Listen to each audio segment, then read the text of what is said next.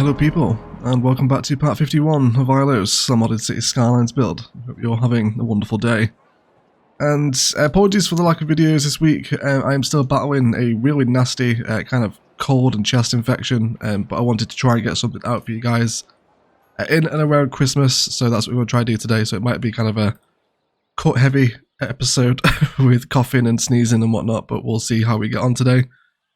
But we are hanging out in the west side, and it turns out, everyone, that the age-old debate has been answered, and west side is the best.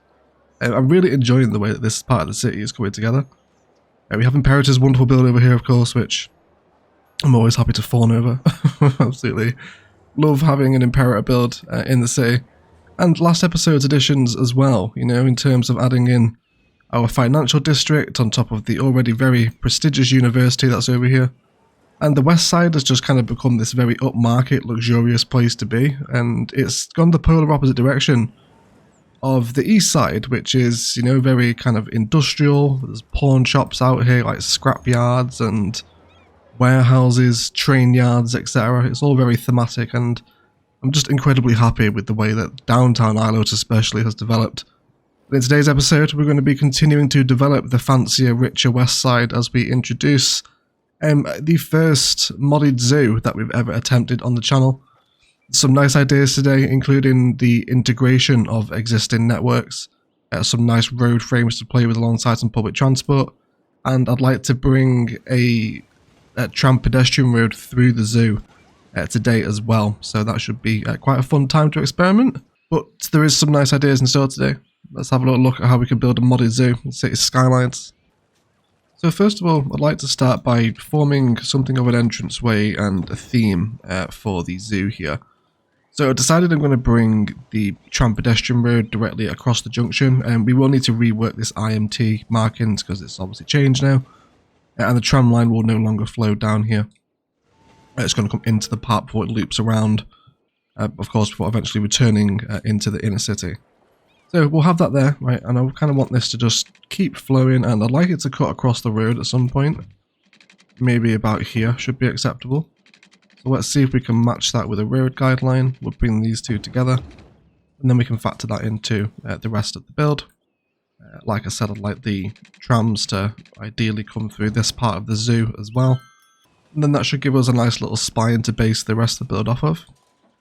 So it's come into our car parks. I'd like to introduce some sort of frontage car parking here, and I think a little bit of 40 meter poorly maintained is going to do a wonderful job for us. Let's come off of the road guideline, and then I'd ideally like to start drawing up about here. Should we do 10, and then we'll leave it a stretch of 7 units, remaining within that grid snap frame. Although hopefully the same one though. Go across by 7 and then up by 10. There we go, and then we'll just repeat this for each little incrementation of car park. Then we'll feed all them together with a service road. And then we'll just let these car parks and their resulting service roads kind of form the entrance of the park area today. So let's do 5 and then 6. So let's do 6 and then 6 instead. We'll have that one curve in there. And then these guys can come down into that one. And then also over here as well. Cool, and then things with our car parks, I always love using a little bit of gravel in between them. Just adds a nice little bit of different texture into what is sort of a very concrete heavy network asset, isn't it? So we'll just do a little bit of gravel. And then these are great for decorating up, maybe a few cactus, a few saguaros, a little bit of bushes, some fancier acacia trees if we're in the mood for them, etc. Cool, but I'm happy with this configuration. I'd definitely like to start bringing in some of this main zoo stuff. So let's go for a zoo main gate. And can we position you here? That's pretty much going to be central, isn't it? So if we were to try and place the assets on a park life path, they want the park like area, of course, but they do seem to place by themselves on a pedestrian road, which is fine. It's fine by me. We can make it easier placing in certain assets. I'd also like to use network multi-tool as well today to unlock some of the path networks that surround these things, but we'll get to that a little bit later in the episode, I think. Okay, so our entrance is configured now. We have our car parking down and our trams flowing through the network. And we've also named it after the Laria Animal Reserve, after one of our wonderful Patreon subscribers, Ilaria, which I think I'm pronouncing that correctly. My apologies if I am not. But either way, thank you for your Patreon support. You are a real secret blend of the old herbs and spices. And what I would like to do now is to do a little bit of terraforming. I'd like to almost have what would have been, or what still remains, a foothill of Mount Margaret. Here, of course, to try and be integrated into the zoo.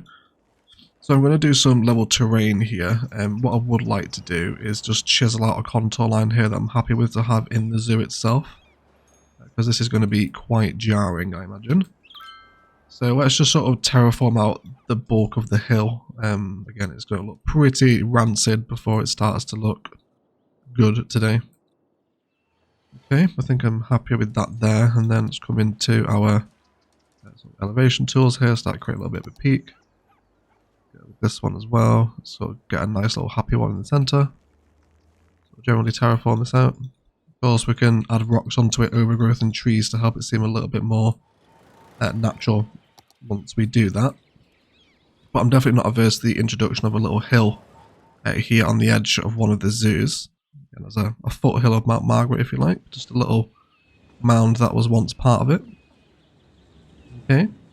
And I think a little water feature around here as well is also going to be quite welcome. So I think we'll just select the depth of the rail trench there. And then where do we want this now? So probably here would be quite fun, actually. Let's see what we'd like if we very harshly terraform against that tram pedestrian road. That shouldn't be too bad, I don't think. We should be okay with that one. So we'll just terraform this out. And then what we will do, just to mark the edge of this little sort of man-made lake here for the zoo, is we'll bring in a small pedestrian bluestone road. And then we can maybe have some sort of improvised water-based animal viewing area here, right? We can pretend there's maybe otters or fish, whatever animals are native to Phoenix, of course. Alright. And might even actually bring the water. Yeah, I think I want to do that actually. Just the idea is developing as I look further at it. So I think we'll bring a little bit of this water feature through here and then develop some zoo side attractions over this side. What we will want to do here in that case is to actually force this into an elevation. For which you will not allow because you're part of the ground, which is okay. Not worry about that too much then. It should just still be okay to kind of flow through here. There we go. So that's going to give us a really interesting kind of zoo landscape to play with, right? It's a very unique configuration, sort of tram bridges and lakes next to a little sort of mini hill. And that is eventually going to become a park life area, of course. So let's go ahead and get our water down. Of course, we always want to turn the capacity down to 0.1. Let's pause our game. And then we want to just drag that fill in until it fills the layer that we want. And then we'll also have one over here as well, so the water doesn't start becoming sort of whitewater rapid vibes. But that should give us a really cool configuration. Okay, some nice pathwork here. And some new terrain layers to factor into the system. I love the way that this little road kind of flows and mimics the curves of the rail line here too. It's a very interesting part of Ilos, this one. I'm looking forward to spending a little bit more time out here in the subsequent weeks, everyone. I hope you all are as well. Alright. Cool. But this is going well so far. It's not going too badly. I'm really keen to see how this looks once everything's in. I think with the exposed rock here, we'll do some nice rock linings during the detailed time-lapse. And with today's detailed time-lapse might come a little bit sooner. Just so I can stop talking. That would be nice. But, yes, we might have a slightly longer detailed time-lapse today, everyone. Okay, so let's come back to our zoo pathway. I'd like to come back down to Earth here. Of course, the zoo pathway is kind of what my whole channel is based around, remember? Back in the build guide. Amazing discovery. So let's have a little talk about what's going to happen with the configuration of the zoo network and then, of course, its subsequent assets. So we could carry on using pedestrian roads here, but I would like some actual parts of the zoo that are zoo path. So I think what we'll do is just draw across some basic kind of rigid frames for right now, so we kind of know roughly where we want the path network to run into. I'm not bothered about having gates everywhere for this zoo. I don't really want it to be a park life cheese. Very much kind of an open sort of botanical animal reserve that can just be accessed from all sides at any point. It's not particularly a tourist attraction. So there's something really fun we can do with Node Controller to improve our pathways. And that's just simply just give them a little bit of an offset. And then I think with some form of planter, again, whichever one you like, off of the workshop we'll always do here. I think I'm just going to go for this cute little brick one. Let's go ahead and find ourselves a nice tree. I know that I have some in this section. Let's go for, that should be good enough for me. And then we'll just use move it to grab those props in the tree. And then I want to drag it into the middle of the path. So really it's usually helpful to have kind of people walking on this pathway so you can see exactly where they're not walking, so you can place that, but we'll come to that in a second. And then what I would like to happen here is to grab a floor light. Now I'm thinking we'll go for something that's not too obnoxious. We'll go for a white floor light, and then we will change our time to night time, of course. Then I really just want to position these after dark lights so they emanate from the base of the planter as just a little bit of detail and design around our park area. This is one of my favourite little bits of detailing that we can do to our path networks. Just using Find It and the vanilla After Dark lights. It's really cool. And it adds a lot more personality into a little node control pathway like this. Hopefully, you agree, a lot more interesting than just a regular intersection. So we can do some really nice things. Of course, there's a million variations of this, different pathways, different planters, lights and trees. Variations and repetitions of it as well. There's lots of ideas to be had by thinking like that. I hope you agree, right? It's nice, and I think we can all enjoy some mid-episode Ilos nighttime skyline views as well, which is great. Love the skyline, everyone. Really enjoying this city still so much. Cool, so we'll definitely do some things like this as well and create some wider junctions within the zoo. Now let's come to talk about what's going to happen with the assets. So let's grab Bison. Let's go over here, and then we'll place the next one just over here. Now, I'd like to use Network Multi-Tools function for unlocking segments. We're going to unlock every segment of pathway across both of these assets. Then we can pull out our bulldoze tool. Then all of those can be removed. There we go. So it will still leave behind a couple of pillars here, but we can blend these in, no problem at all.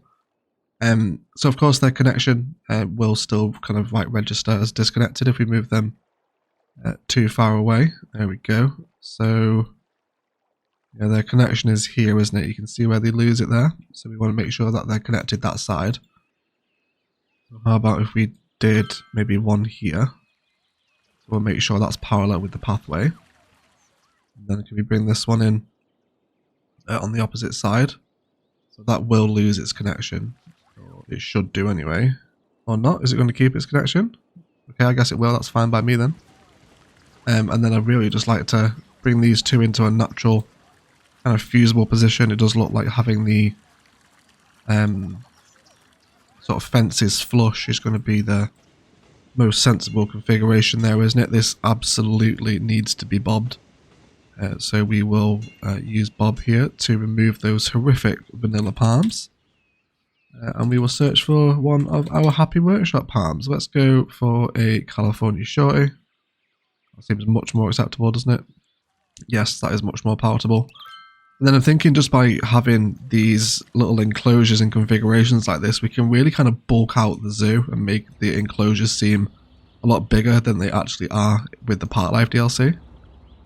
So I don't think I'm going to hate that thought process. Let's have a little go at another one now, because there's several examples of where this will work nicely. The Flamingo enclosure is an asset that is, again, wrapped up in Path Network. So I think a little bit of Network Multi-Tool is going to be welcome here as well. But I think with these Flamingo enclosures, what we will actually do is leave the pathways in the middle, because they kind of serve as natural viewing platforms. So we will see if we can connect them. Yeah, we could just connect them in like that, couldn't we? And then almost if we space the node right, then have one directly in the middle. Kind of like that. So that should work quite nicely actually. So let's have a little look where we could possibly squeeze this in. Of course, it all looks a little bit weird and a little bit janky yet, but let's just give it time to settle in. So let's actually just move this one over a little bit more, and then I'd like to grab this one here to do 4 units, and then that will let me draw down the middle and then back into this one here, so we can do some more node control work there as well. I love that. Oh my god, there's literally a million flamingos all sassing their way across over to their enclosure. Look at the attitude. Look at them go. That's so funny. That's hilarious. Crocodiles are here too. You have to admire the balls and the flamingos, if anything. They surely cannot perceive that that's a human in dress. They must see that as a real crocodile. And to just walk alongside it like that, fair play. Absolute herds though, herds of flamingos. Is that the right word? Is it a herd? Is it a flock? I'm not sure. Probably a flock, isn't it, with a bird? If anyone knows what the collective term for flamingos is, please do get it down in the comments below. Either way, I'm happy with this. So we know whether you can connect in there now on that central node with a distance of 4. So let's bring this one back in now, and I'd like to have them come up here. That's fine by me. That's distance of 4. We can grab that central bit there. We can drag that in. Let's re-node control everyone now. We're going to square it all off. Actually delete it and then just re-stretch it out with the square. There we go. That's great. Now we can factor that into the zoo design, and then it looks like this one can now just provide a main connection back into the road network for the park area. And of course, once we have lots of nice sort of luscious tropical tree linings sort of happening along here, and lots of fencing, this sort of split here won't be quite as obvious, I hope, anyway. Cool, and we can also do something similar on this side as well, can't we? Why don't we start bringing in some curves into that path network now as well? So not everything is totally just sat on a rigid angle all the time. Looks like you can maybe be able to stretch into there with a little bit of square node controller again, and then we can hopefully stretch everyone out. And there's opportunities for more detailing in those little nodes again there, isn't there? Well, I think this is a really fun way to factor in some of the part life zoo assets. Network multi-tool and a little bit of move it can give you many more options with these, what can be sometimes fairly awkward assets to use, I think. I think that's going to be a fair assumption. So we'll do plenty more of that during our D10 time-lapse, of course, sort of configuring different animal enclosures together. Not all of them need it, like the elephant enclosure just by itself is a sort of pretty chungus boy. So I think I'd be happy just to have one of those in. Okay, have a look at the classic patchwork elephants again, right? These guys always like stroking the baby. I haven't seen that animation before. That was really cute. Oh, what a wholesome moment. Very nice. They do look, it's the texture of them though, isn't it? They do look like they're made out of cloth. Fabric, almost. Anyway, I'm never going to not observe that. Cool. So we'll place many more, and then I think really during our D10 time-lapse we can come in with, because we are actually using some of the pedestrian roads, we could bring in some commercial, like catfish cafes, to actually function as like, sort of, a place where guests at the zoo can come and get something to eat and drink and whatnot. So I think we can maybe configure a space like that up at the front. How about the Monkey Palace? Where do you want to go? I'd definitely like to place some assets alongside the tram pedestrian road as well, I think. Let's see if we can get the insect and amphibian house to chill out here as well. Yeah, and then we'll just hopefully start getting this very cool tropical themed park area with the zoo assets in here too as we begin to piece things together. Yeah, I think I'm going to be happy with that for the most part anyway. Slowly coming together. So let's have a little look at some sort of on-site detailing for the zoo here before we head towards a D10 time-lapse today. My apologies if it might be a little bit soon for a D10 time-lapse for some of you, but you know, I kind of want to stop talking as soon as possible here today. So let's join some zoo pathway, or zoo fence rather. And then I think what I'd like to do, so usually I'd kind of tile this up using the zoo tiles, but I think because we're in a zoo we can be a little bit more creative than that. So I think I'm actually going to use some of our gravel surface painter here, just to kind of mark out where people can come and eat. We will do our best to not encroach upon any existing concrete that comes with the zoo gate. Hopefully that should be acceptable. There we go. And then so let's push this out a little bit. So I'd almost like it to be sort of like on theme with the fact that people are in a zoo. You know, maybe there's some sort of safari vibes here. And very much the places that you go to sit and eat kind of reflect that vibe. So let's see if we grabbed a zoo cafe.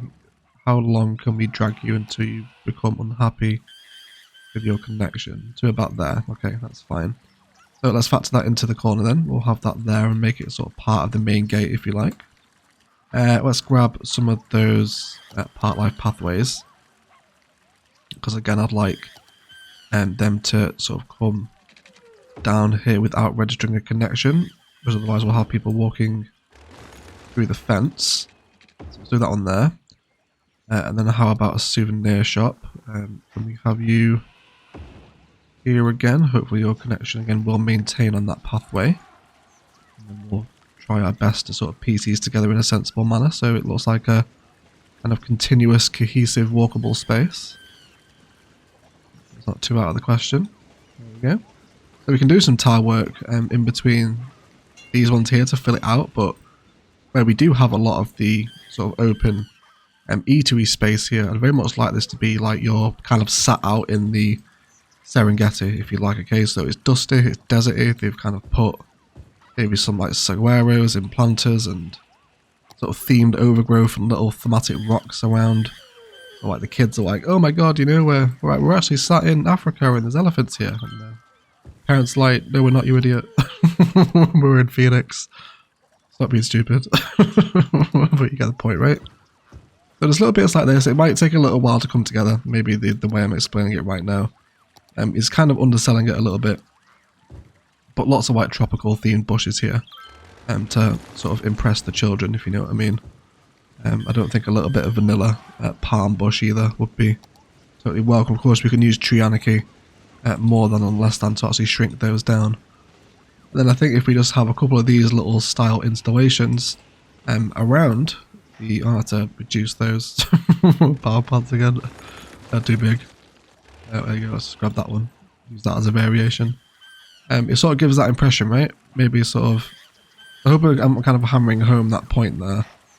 It's like the kids have like walked through the gate and then they're in Africa is the vibe I'm trying to sort of hammer home. Hope that makes sense, alright? I think it should be a pretty cool way to detail up an area and use some of the kind of subsidiary part life assets that come with each of the themes away from like the main attractions, if you know what I mean. So I hope that kind of comes off. Otherwise, guys, I think we kind of talked through most of the ideas today, and we're going to head into a detailed review here. Again, sorry if it's a little bit short for some people. I kind of need to stop talking, and a lot easier to record, but I don't have to talk, so we can just have a nice long detailed time lapse today. I do appreciate all the patience. Thank you for bearing with me. So yeah, we're going to come in and do some more plopping of the main assets, get some rhinos, lines, etc. Any assets that do come with the paths wrapped around them. Use the network multi-tool trick and then see if we can find some sort of new configuration or orientation for them, so that should be quite fun. Lots of path detailing in and around where we can squeeze it. You see here someone walking through this one now, so we just need to move this off into the corner. We actually have an example of this once it's set up over in Lawrence Park. It's this one over here, yes. Hopefully as people sort of move around and sort of spin around this one, we can make it work a little bit better, but the same process here. It has kind of the same bottom lights on it. We just want to watch where people are walking and then we can just configure the detail around that. More assets along here, more eatery detailing as well. Bring in some, you know, benches and cafes and bins and whatnot, general sort of park life detailing, and then drop in some larger rocks and lots of overgrowth along this little sort of mini ridge. Factor it into the build and make it quite thematic again. Lots of overgrowth and detailing and fencing around the entire complex here as well. And then just generally tie the zoo up together and make it fit in some new frames within Ilos, which should be quite fun. But either way, let's detail up the zoo. Then we'll be right back for some cinematics and a review.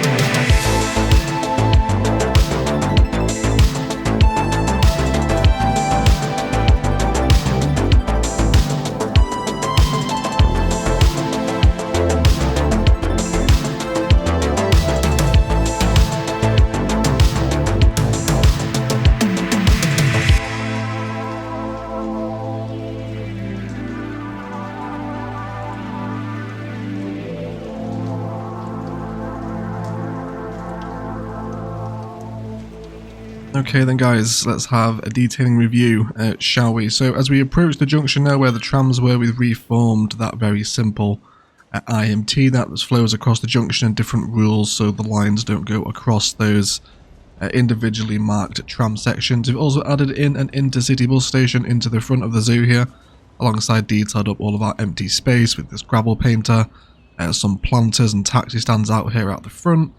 And then some nice tree coverage for the cars that will be parked in this car park in the searing sun all day long. And then we arrive over to this part of the zoo where I've dropped in some of these kind of like more rare looking trees, almost as like they've maybe been imported from somewhere else to maybe help the animals feel a little bit more at home. But I really like the way this has turned out, just a little eatery area with the fence and some different types of trees and a planter with some bins around the edge of them. Really simple but worked out quite nicely. I'm happy with that one.